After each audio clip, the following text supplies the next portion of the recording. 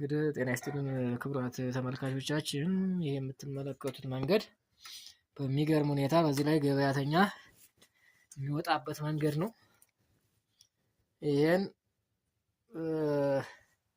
በደንብ አሳያችኋለሁ ማለት ነው። ይሄ ይታያል። አቁልቁል ገደሩ እየወረድንበት ነው። መሰላሉ ይሄ መሰላል እየተወረደበት ነው። ኃይለኛ መሰላል አለ እዚህ ጋር። ለ15 ደቂቃ የሚያስኬድ መንገድ ነው።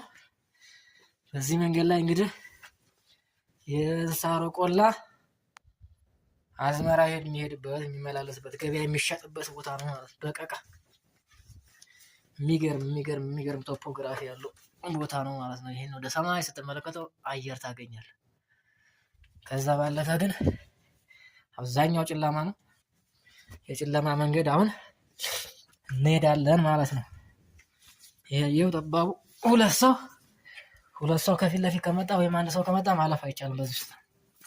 ይሄ ጨለማ ነው። ጨለማ ላይት አሁን ሳብራለት ላይት እያበራሁለት ነው። አሁን ይሄን እያያችሁት ነው። የሚገርም ከዛ ትንሽ ብርሃን ይታያል አይደል? አሁን እንደዚህ ወደ ሰማይ ስታይ ሌላ የሚያስፈራ ገደል አለ።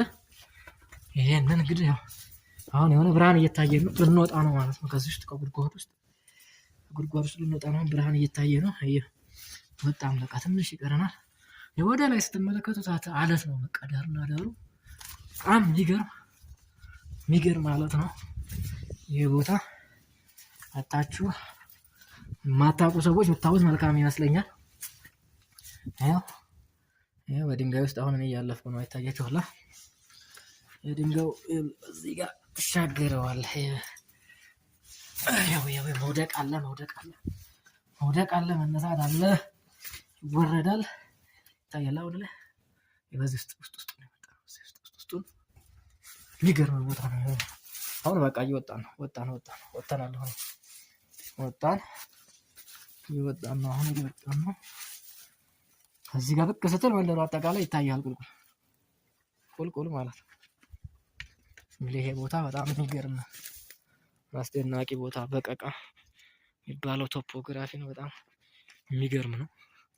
ቱሪስቶች መጥተው ቢያዩት ምን ያክል ደስ እንደሚያሳይ። በዚህ ውስጥ ነው ሾልከን የመጣ ነው። በዚህ ውስጥ ምን ያክል ርዝመቱ በዚህ ቀዳዳ ያለው እዚህ ቀዳዳ ውስጥ ነው ገበያተኛ እየሄደ የሚመላለሰው ማለት ነው። እናመሰግናለን።